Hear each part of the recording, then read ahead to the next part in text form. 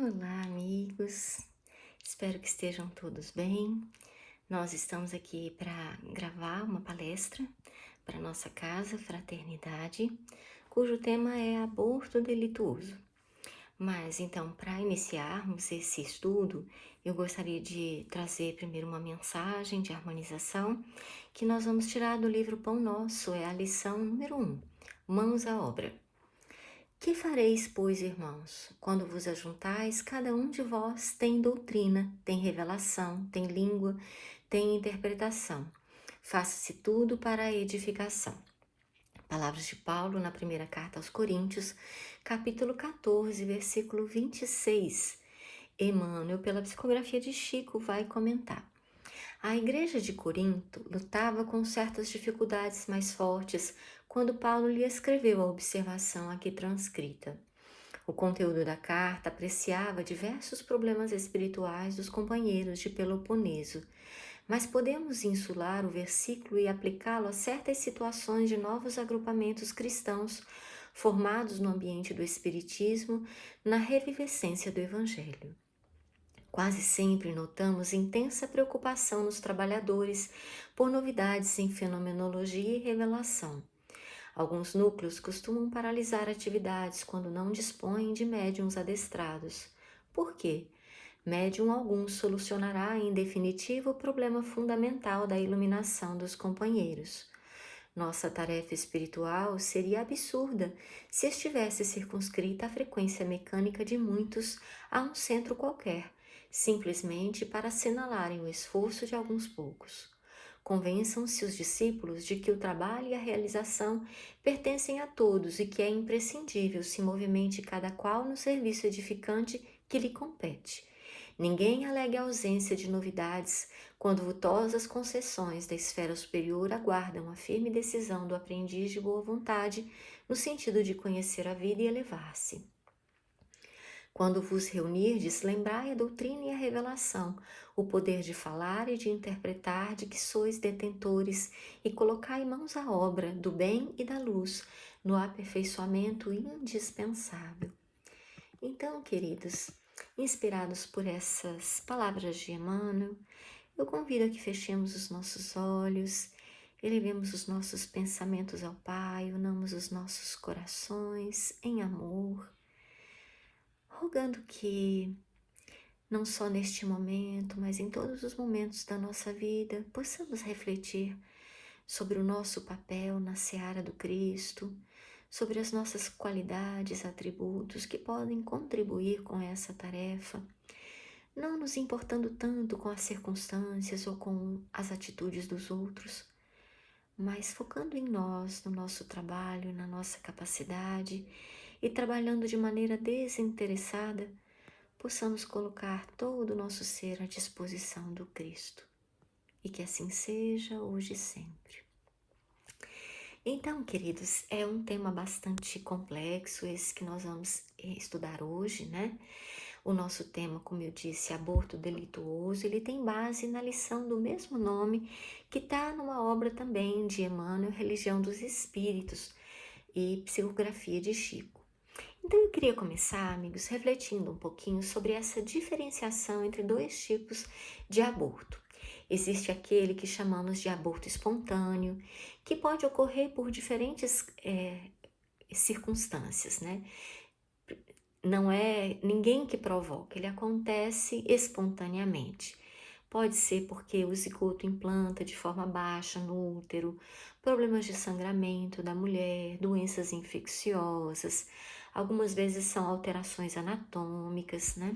Outras, malformação do feto, e isso daí são ocorrências muito naturais, não há, e é até muito comuns de acontecerem, né?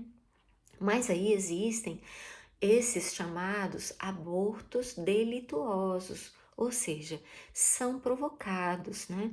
Algumas medidas são tomadas para interromper a gravidez.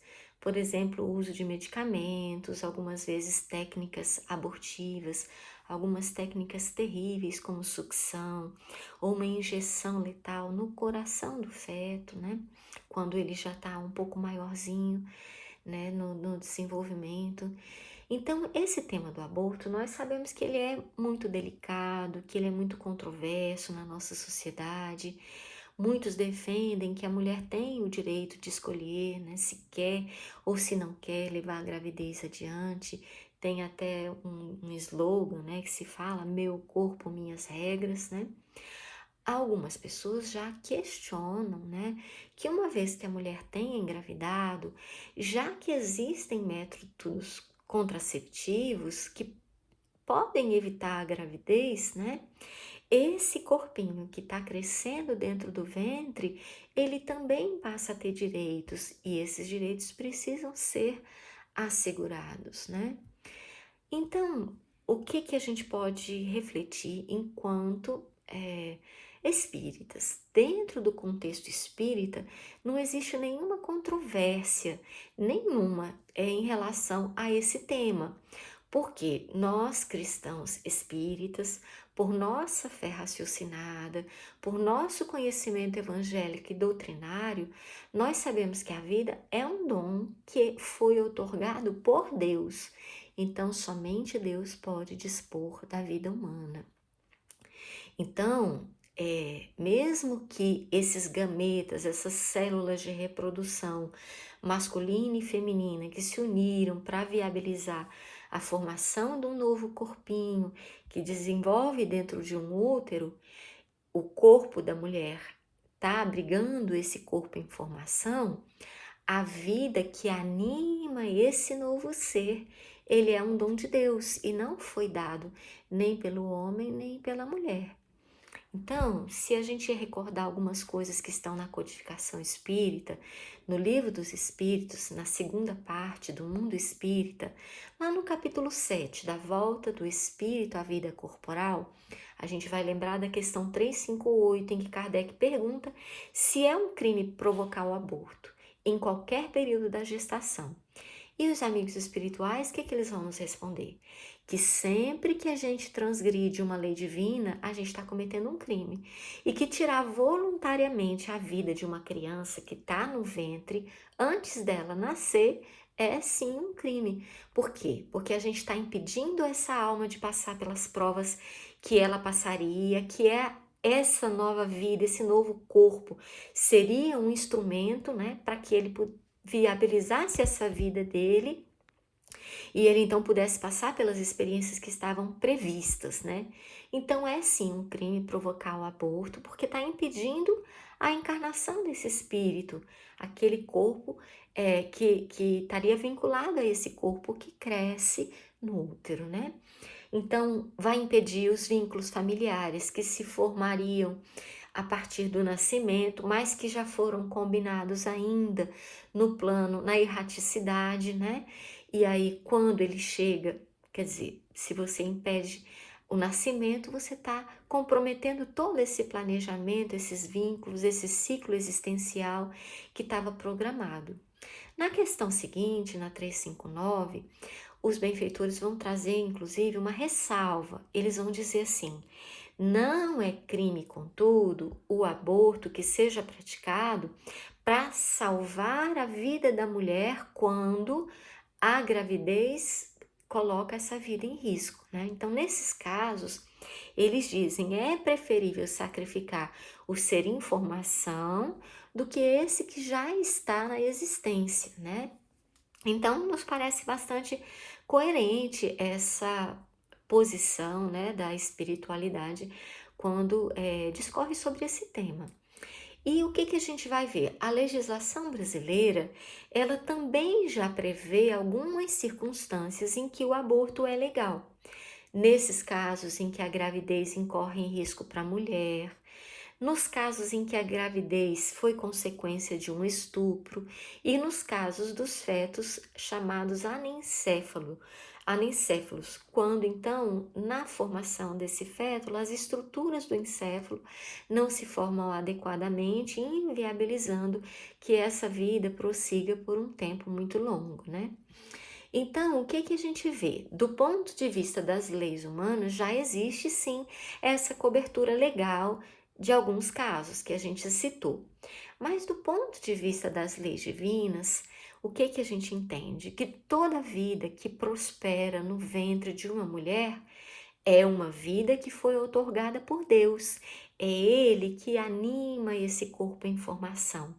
Aquele ser que está no ventre, não importa em que circunstâncias ele veio, né, em que ele surgiu, ele está representando uma oportunidade de crescimento para o espírito reencarnante e para a mulher que está recebendo esse ser como um filho.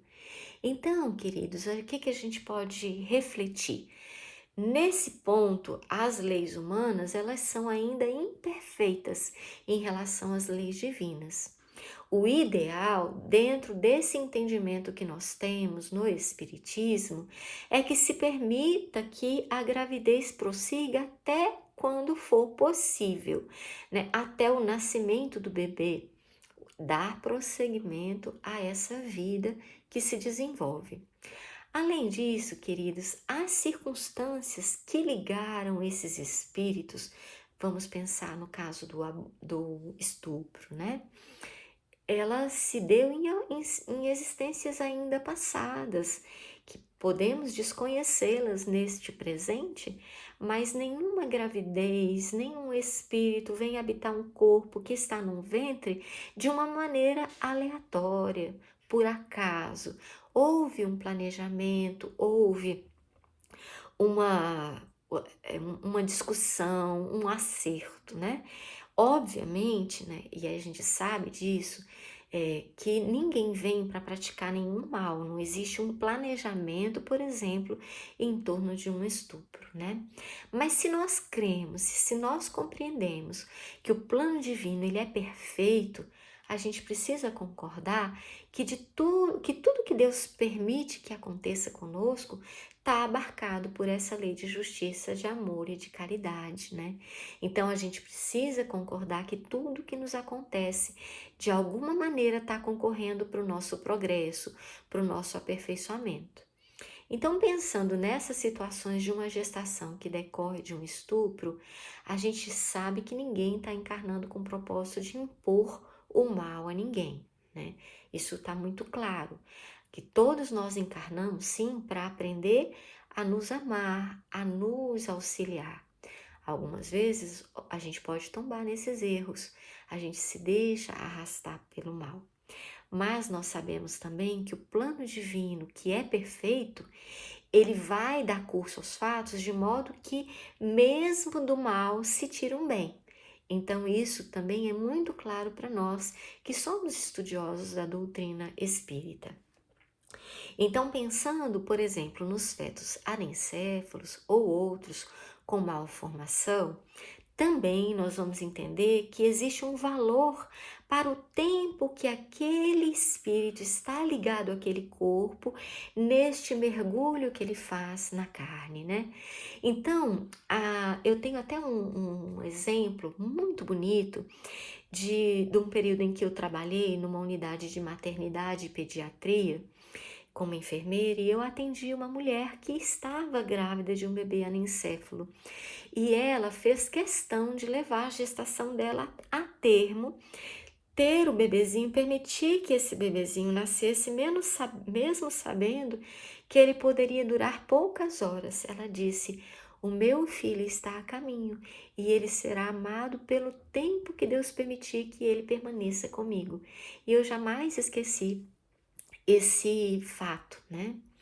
Então, esse ser que cresce no útero, ele está animado por uma vida.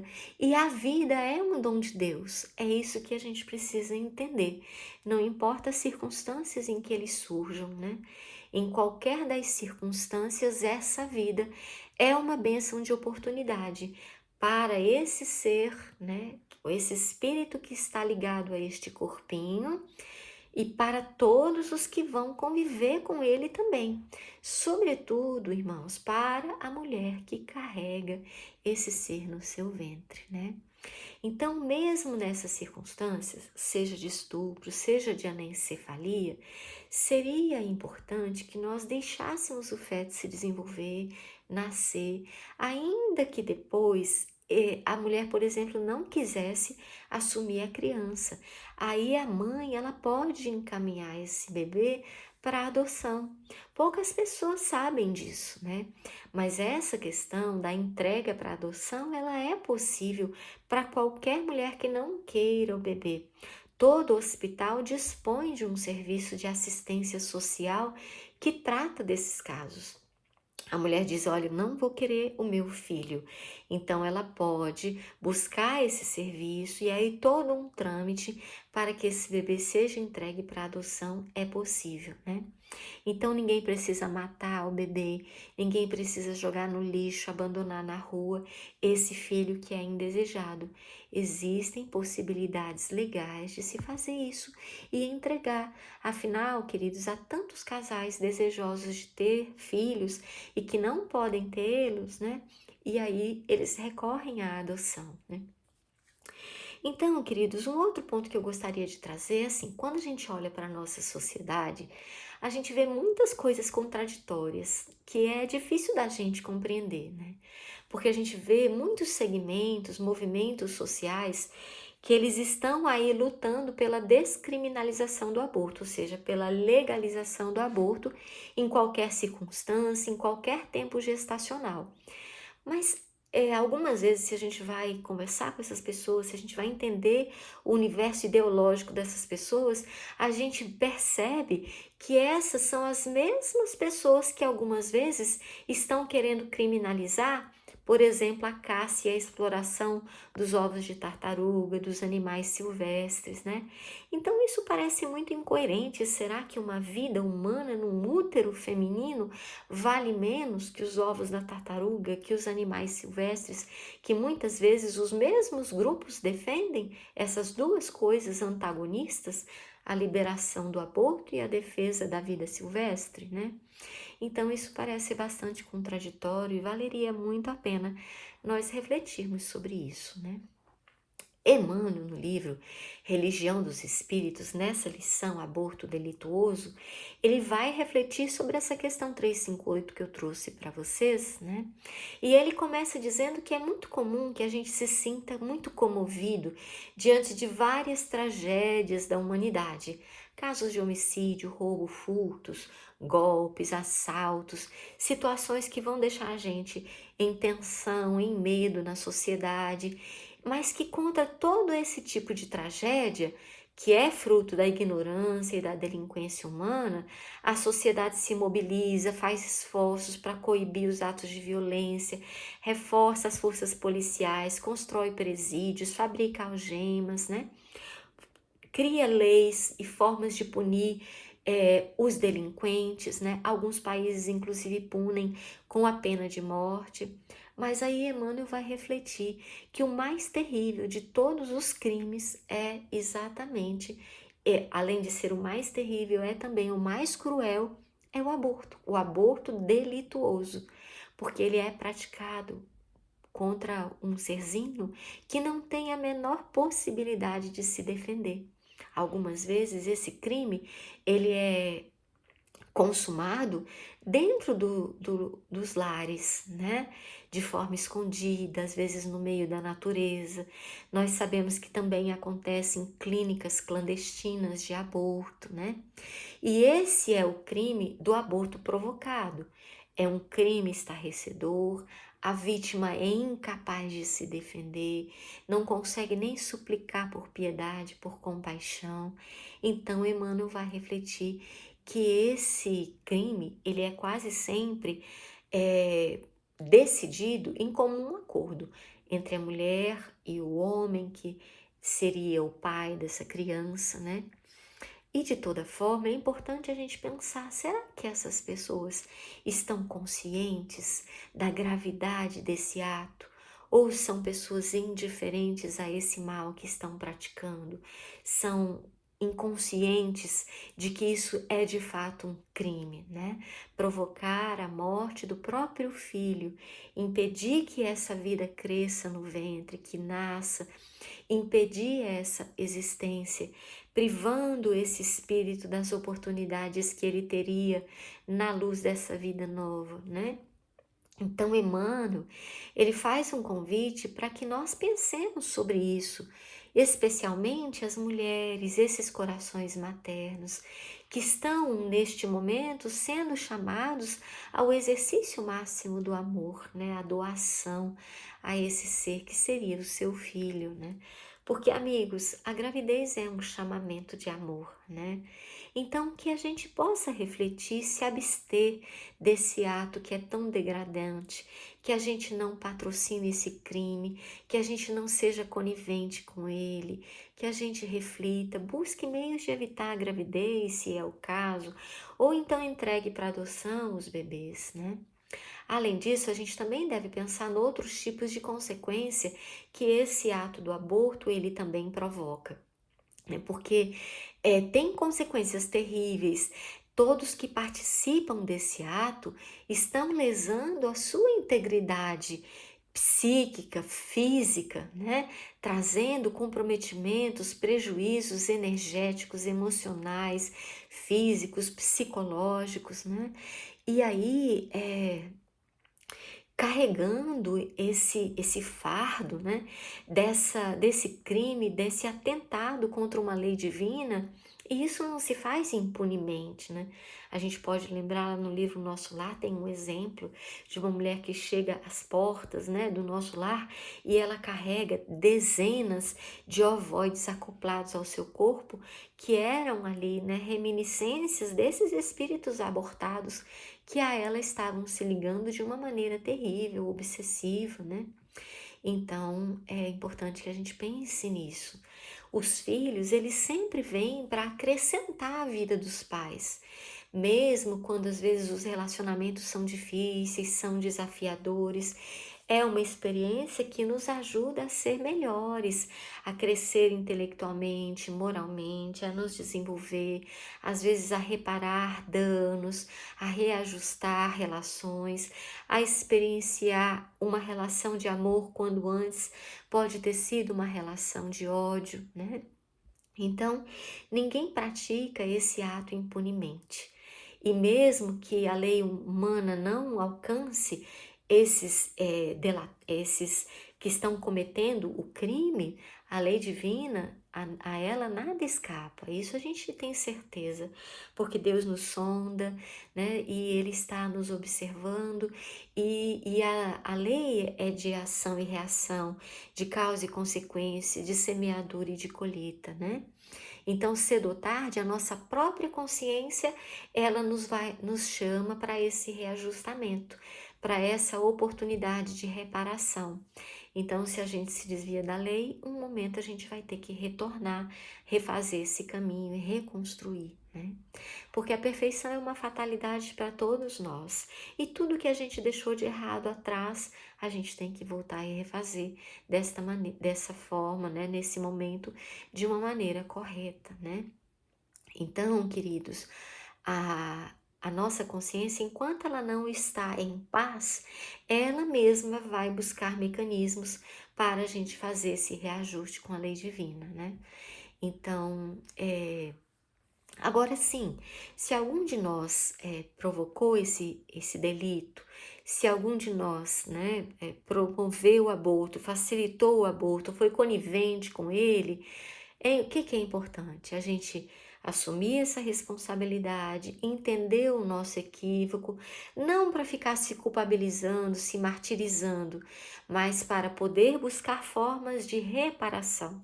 Algumas vezes, começar a trabalhar com mulheres nessas circunstâncias, trabalhar com a educação das mulheres para que evitar o aborto, cuidar de mulheres muitas vezes que passaram por essas experiências, né? Ajudando a refazer esses caminhos, né? A gente pode lembrar de Jesus diante da mulher, né, que estava sendo acusada de adultério. Ele diz: mulher, alguém te condenou? Eu também não te condeno, vá e não erres mais. E é isso que a lei divina espera de nós, que a gente compreenda os nossos equívocos e passe a caminhar a partir de então de uma maneira reta, sem acumular novos erros, né? Então sigamos buscando não errar mais, buscando fazer todo o bem que nos seja possível, construindo, como Paulo diria, veredas direitas para os nossos pés, né? Então, queridos, fique para nós essa reflexão, né? Se nós conhecemos pessoas que estão refletindo sobre isso, que estão em dúvida sobre praticar ou não o aborto, que a gente possa levar esse nosso entendimento. Toda vida que prospera no útero é um dom divino.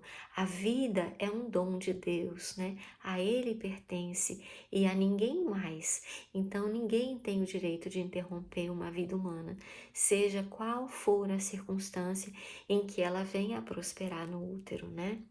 E aí pensar que qualquer dessas circunstâncias, ela, se foi permitido por Deus, é porque essa experiência pode nos engrandecer, pode nos enriquecer, nós podemos aprender a partir de então, né?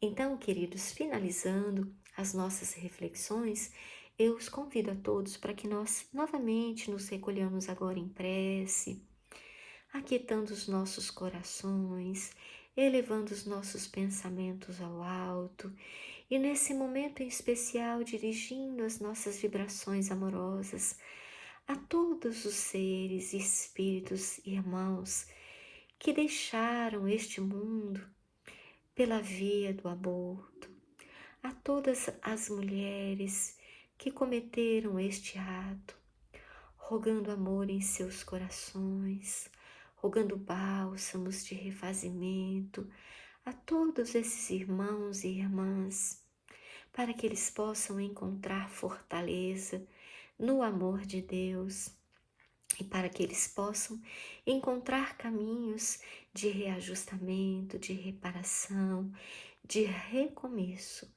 envolvidos, preenchidos pela luz do amor divino. E que a vida seja leve para todos nós, porque conscientes dos nossos compromissos com a lei divina, porque desejosos de que o Cristo também venha habitar em nós, nos fortalecendo o ânimo, o discernimento, a clareza de raciocínio, a boa vontade, para a partir de então trabalharmos em favor de todo o bem, por nós mesmos e por todos os irmãos que cruzam o nosso caminho em quaisquer que sejam as circunstâncias. Que assim seja. Gratidão, irmãos, e até a próxima oportunidade de estarmos conversando novamente. Tchau.